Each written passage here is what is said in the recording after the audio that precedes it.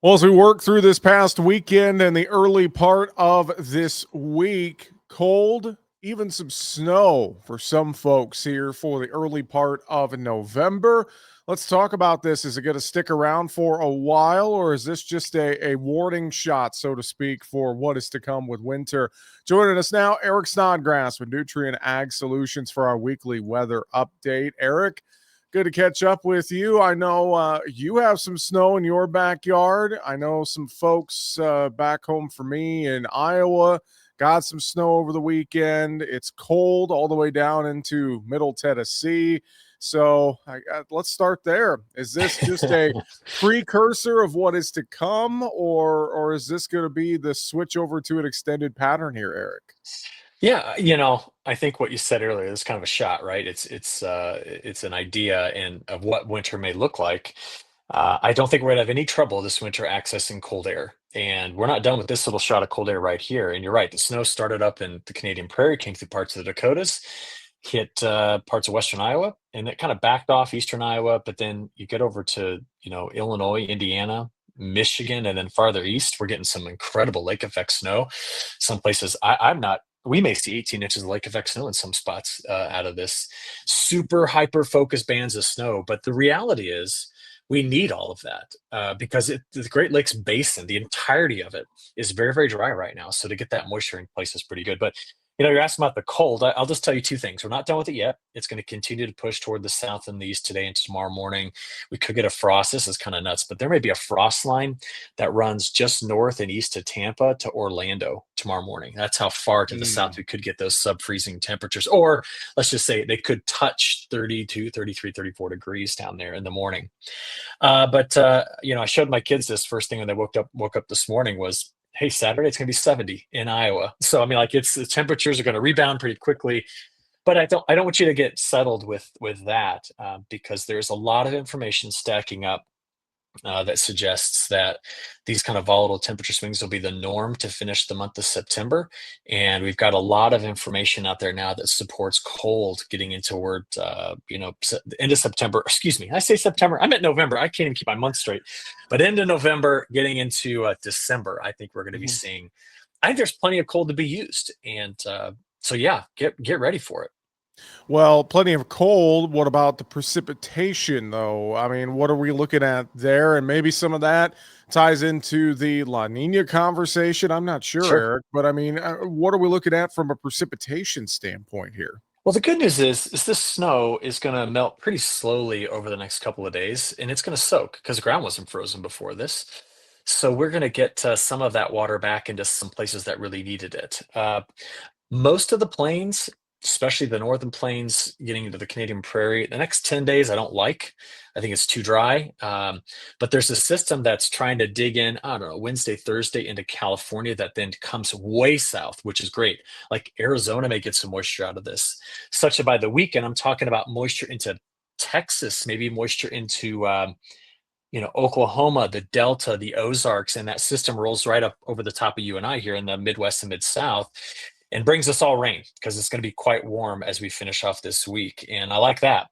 Look out there into week two, and the pattern still stays relatively active.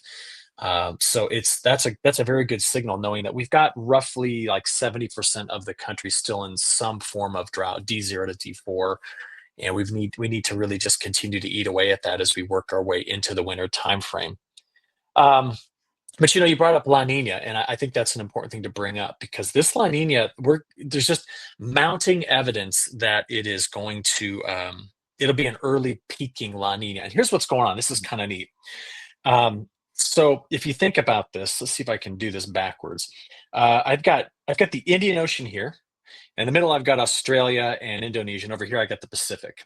So right now, the trade winds are just doing this.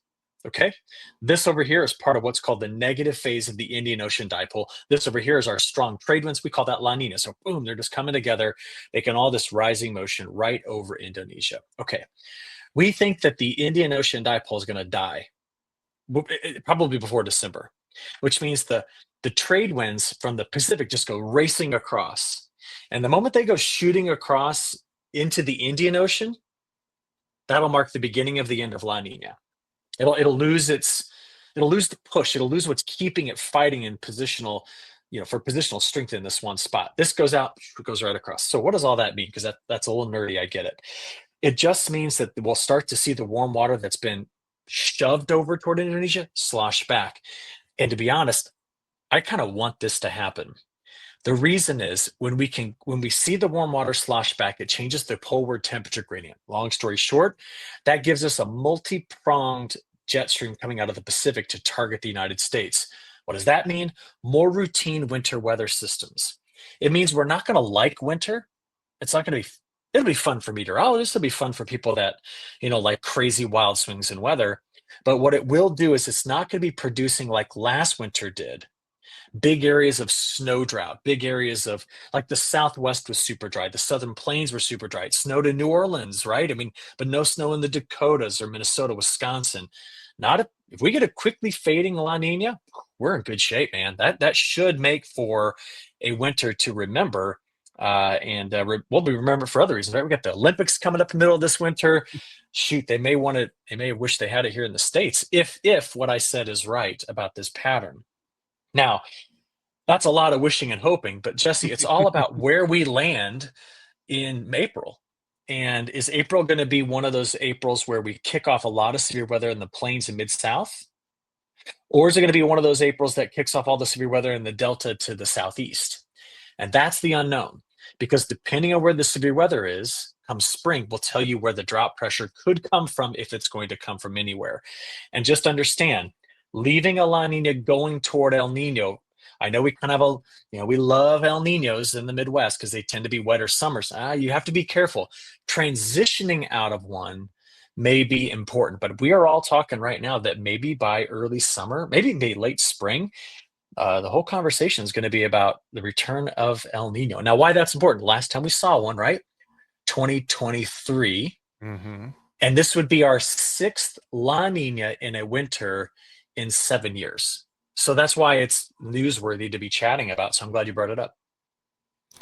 What about South America? Let's talk about what you're seeing there before we close out our conversation this week. Any new updates for Brazil, Argentina, etc.?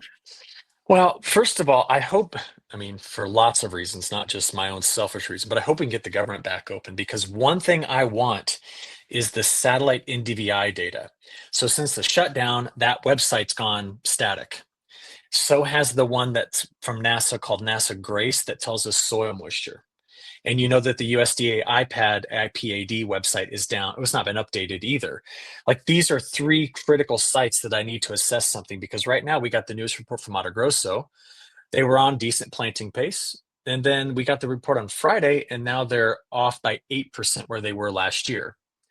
So you're kind of going, all right. Now, I can still see there's been moisture across the Cerrado, but I'm curious as to what slowed them down. Like, that doesn't make a lot of sense to me. I thought they would have just got it done. Now, I don't think anybody's out there right now screaming or ringing a bell saying there's major problems, get ready, Brazil's going to have, and then insert whatever weather disaster you want, right? But I do know that over the next 2 weeks, the models agree, southern Brazil to Paraguay is wetter. Minas Gerais, Goiás, Tocantins, Mato Grosso, drier. Doesn't mean no rain, but just drier. And this has been a monsoon that's kind of come in pretty significant fits and starts. And so I wonder if we're starting to see some early pressure on the crop. And I wonder how much is going to have to be replanted. I wonder the quality of what's in there right now. Now, you wipe all that out, what I would normally tell you is that Argentina's got to be on guard. Southern Brazil needs to be on guard for drought issues. And northern Brazil, central Brazil should be fine. But in the next couple of weeks, it seems to be flipped a little bit. Although most models agree Argentina's drier as we continue to push through their spring. So, Jesse, I think there is a weather story developing in Brazil. What I don't know is if anybody's going to use it to craft anything other than hey, let's watch this kind of story. I think what's going to be critical is how December moisture plays out to tell us if this crop can get to the finish line early, which keeps the whole crop calendar on pace. Well, Eric, always appreciate and enjoy the insights. And I know if folks want to stay up to date with things, they can go check out agweather.com. You got a ton of information up there, don't you, Eric? Yeah, that's why we build it, is to make sure that farmers can stay ahead of this. And yeah, we load it up with the best content we can, and it's a great part of what we're doing at Nutrien. It's a great part of what we're doing at Nutrien. ag-wx.com for more, agweather.com. With that, Eric Snodgrass, Nutrien Ag Solutions. Thanks for joining us again for our weekly weather update. We appreciate it. Yeah, you bet.